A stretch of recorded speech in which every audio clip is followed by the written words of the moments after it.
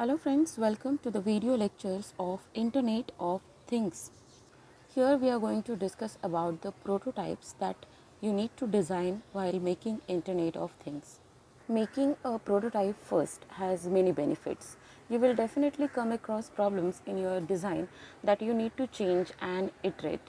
Doing this with a single object is trivial compared to modifying hundreds or thousands of products. So, the first chapter to learn about prototyping is thinking about prototyping. This chapter have these contents as displayed in the slide. If you have thought to make an Internet of Things, there are three things that you will be making as a prototype. The first is the physical thing, the second is electronics to make the thing smart, and third is the internet service that will connect your device to the internet. And therefore, the prototype is optimized for ease and speed of development and also the ability to change and modify it. At the end of prototyping stage, you will have an object that works. It may be useful for you to explain it to your friends. And if you are planning to move to the production, it's a demonstrable product that you can use to convince yourself, your business partners, and your investors.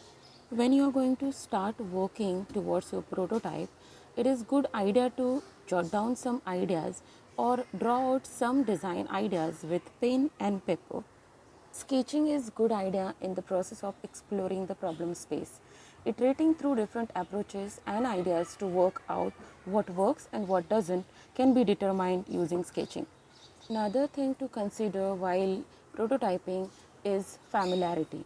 If you are already a programmer and you know how to code in Arduino, it would be better than having to learn Arduino from scratch.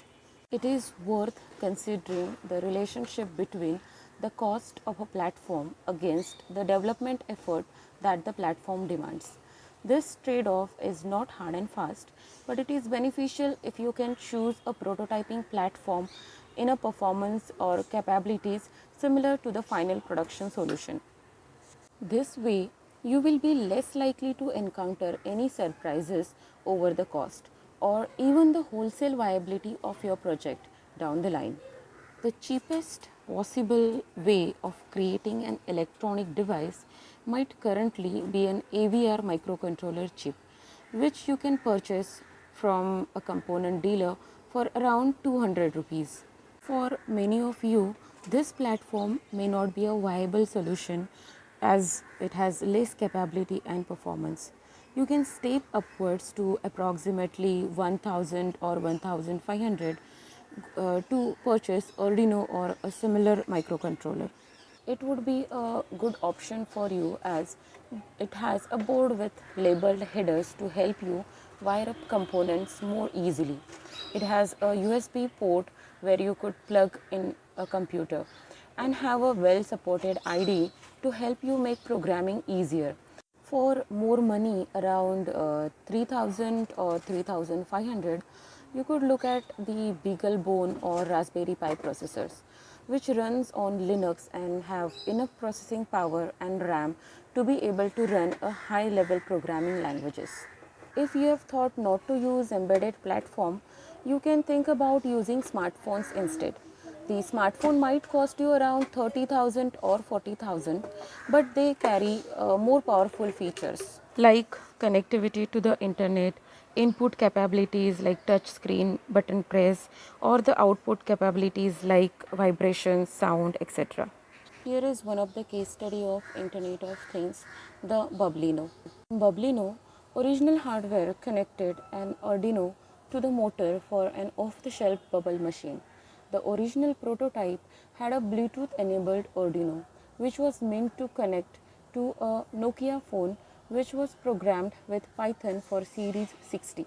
The phone did the hard work of connecting to the internet and simply sent the Arduino a number being the number of recent tweets. Bublino responded by blowing bubbles for that many seconds. The Bublino was designed using Arduino Ethernet.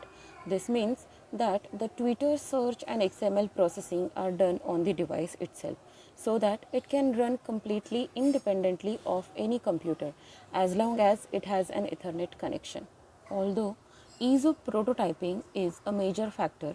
Perhaps the biggest obstacle to get a project started is scaling up to build more than one device, perhaps many thousands of them, which brings a whole new set of challenges and questions.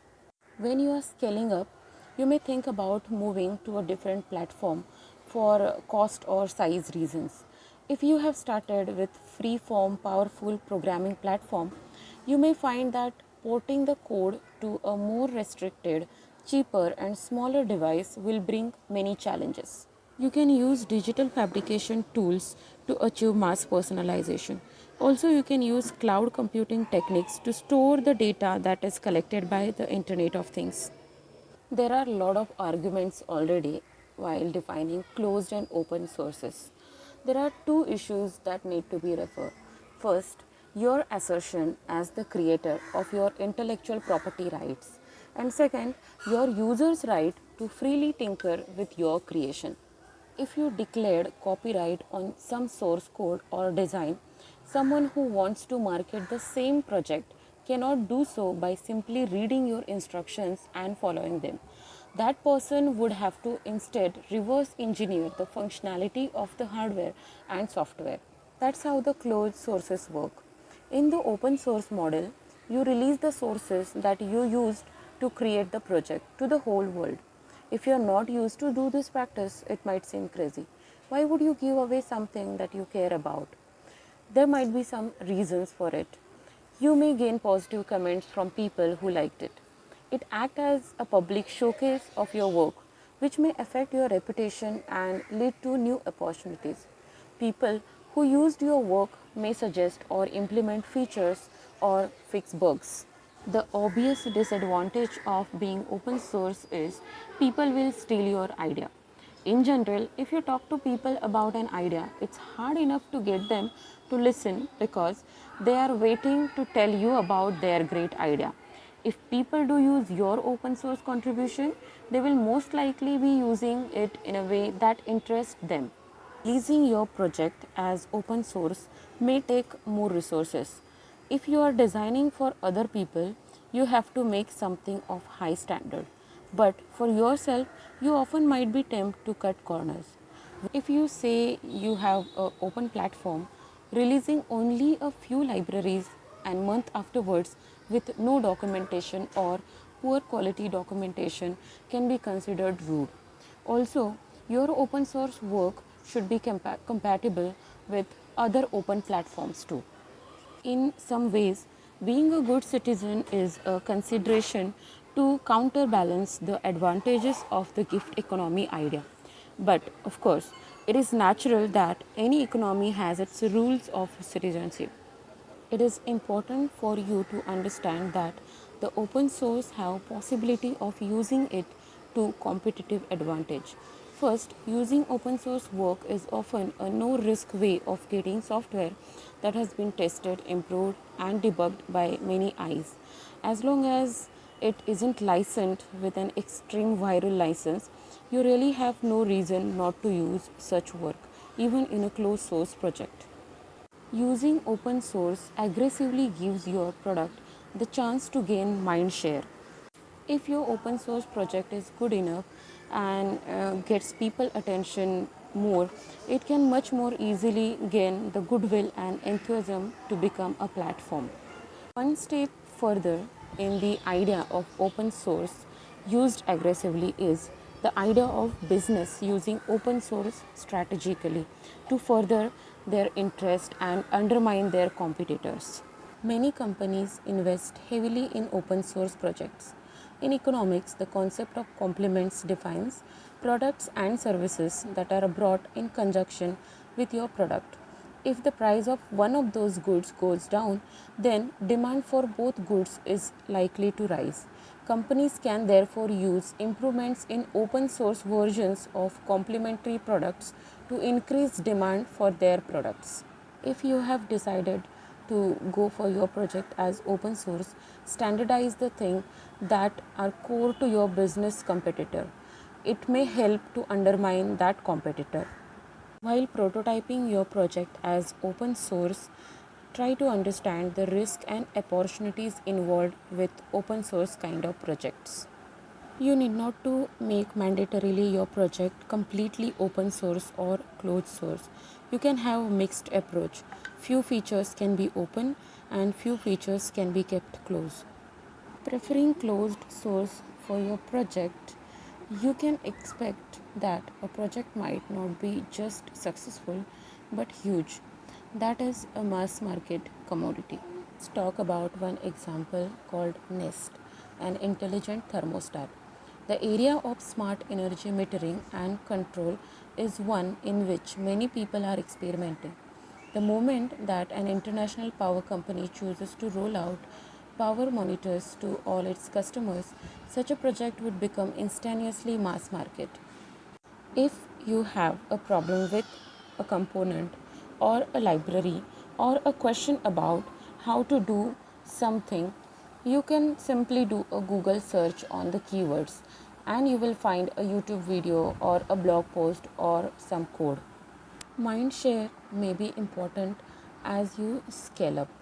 If you want confidence that you can hire people with skills in the platform you have chosen, tapping into the community is the best choice.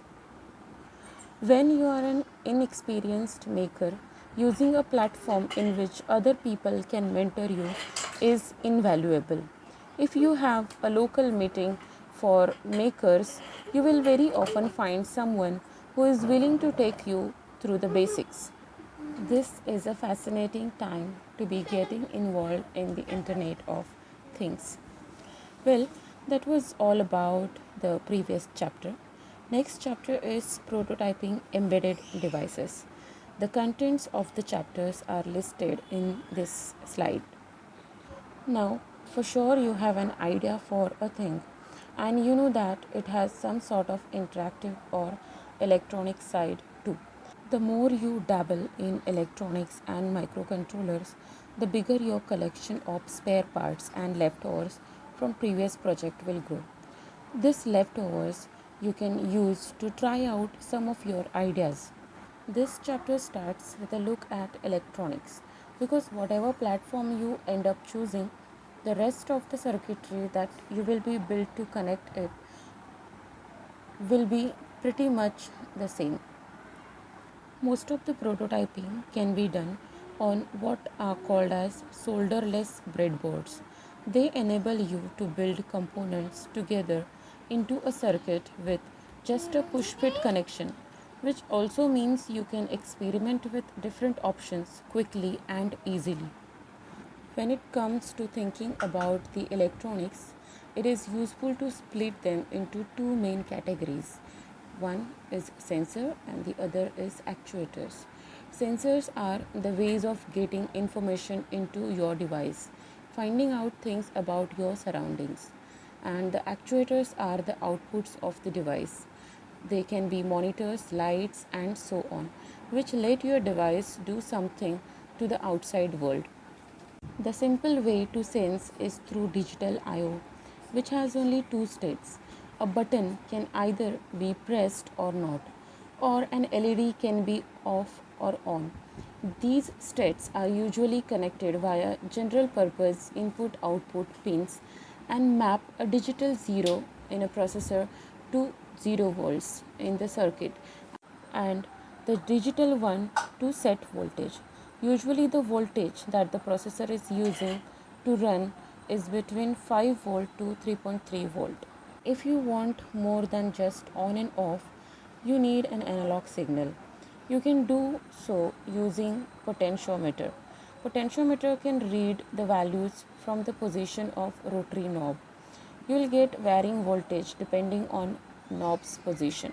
The picture on the slide is showing different sensors that can be used to make your thing.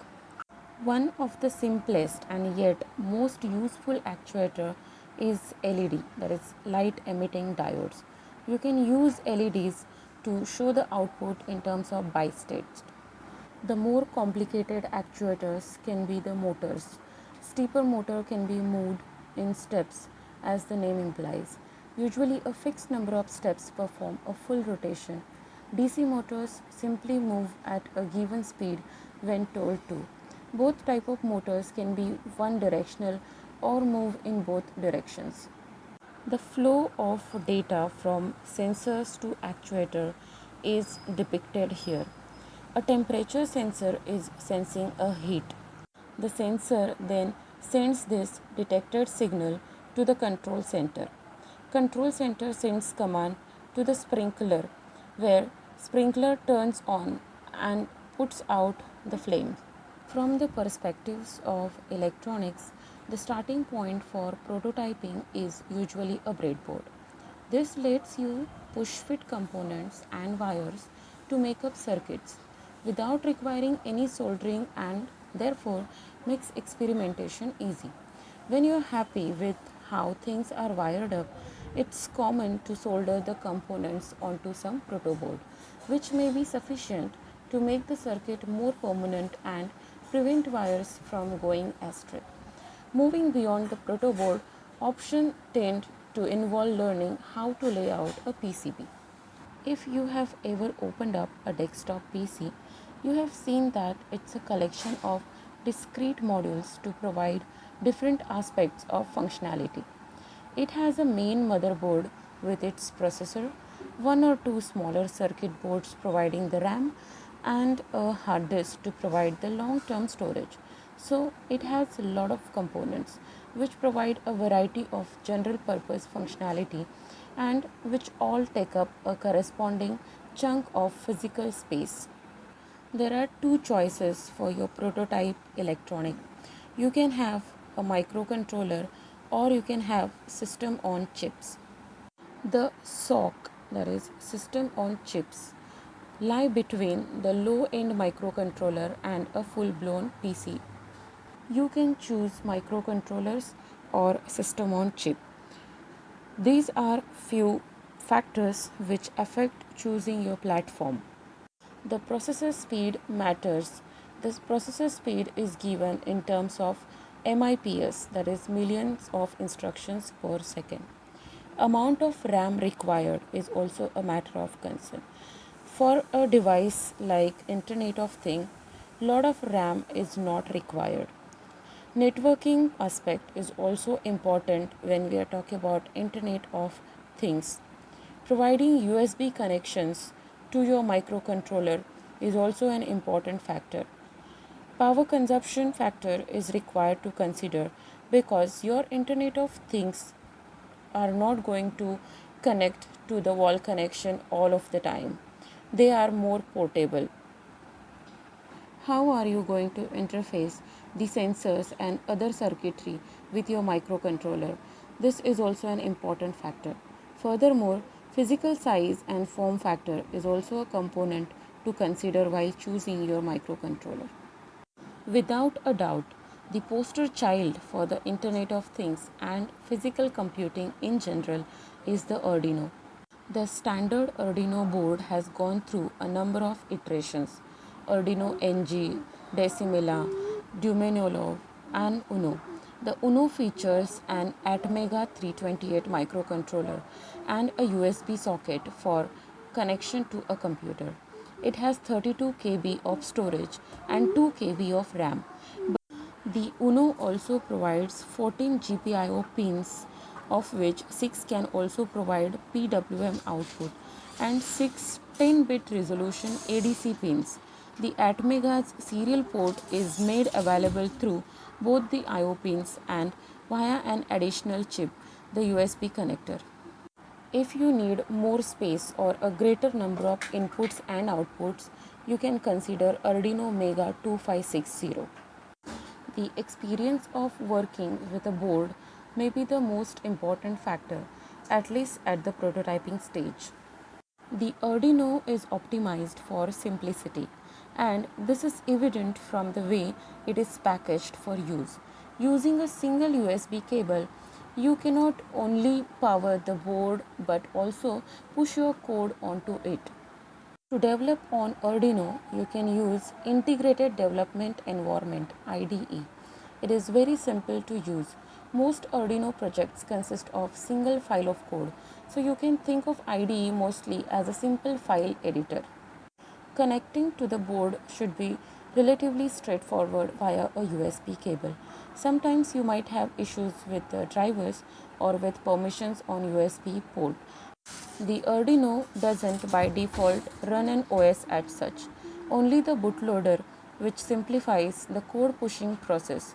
When you switch on the board, it simply runs the code that you have compiled until the board is switched off again, or in case of code crashes.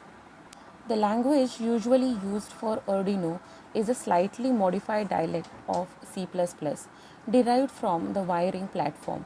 It includes some libraries used to read and write data from the I/O pins provided on the Arduino. The Raspberry Pi, unlike the Arduino, wasn't designed for physical computing at all, but rather for education. Raspberry Pi is effectively a computer that can run a real modern operating system, communicate with a keyboard and mouse, talk to the internet, and drive a TV or monitor with high resolution graphics. The Arduino has a fraction of the raw processing power, memory, and storage required for it to run a modern OS.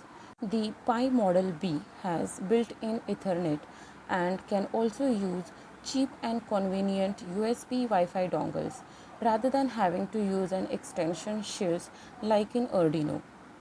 Many operating systems can run on the Pi. There are two recommended popular Linux distributions. First is Raspbian. It was released by the Raspbian Pi Foundation. It is distro based on Debian.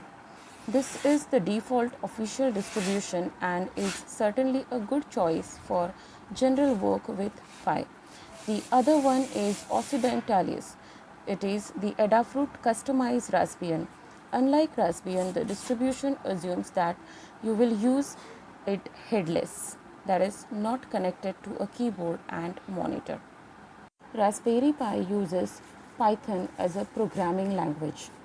Arduino has fairly limited debugging capabilities, but Raspberry Pi have Python compiler which catches number of syntax errors and attempts to use undeclared variables. Because Raspberry Pi is a general purpose computer, you can use try-catch logic to catch the errors. Here is the table that compares the specifications of the latest, most powerful Arduino model, the Duo, with the top-end Raspberry Pi Model B. Note that although the specifications of the Pi are in general more capable than even the top of the range Arduino Duo, we can't judge them as better without considering what the devices are for. To see where the Raspberry Pi fits into the Internet of Things ecosystem, we need to look at the process of interacting with it and getting it to do useful physical computing work as an internet connected thing. So, focus on choosing the platform which is best for you rather than deliberating over perfect choice.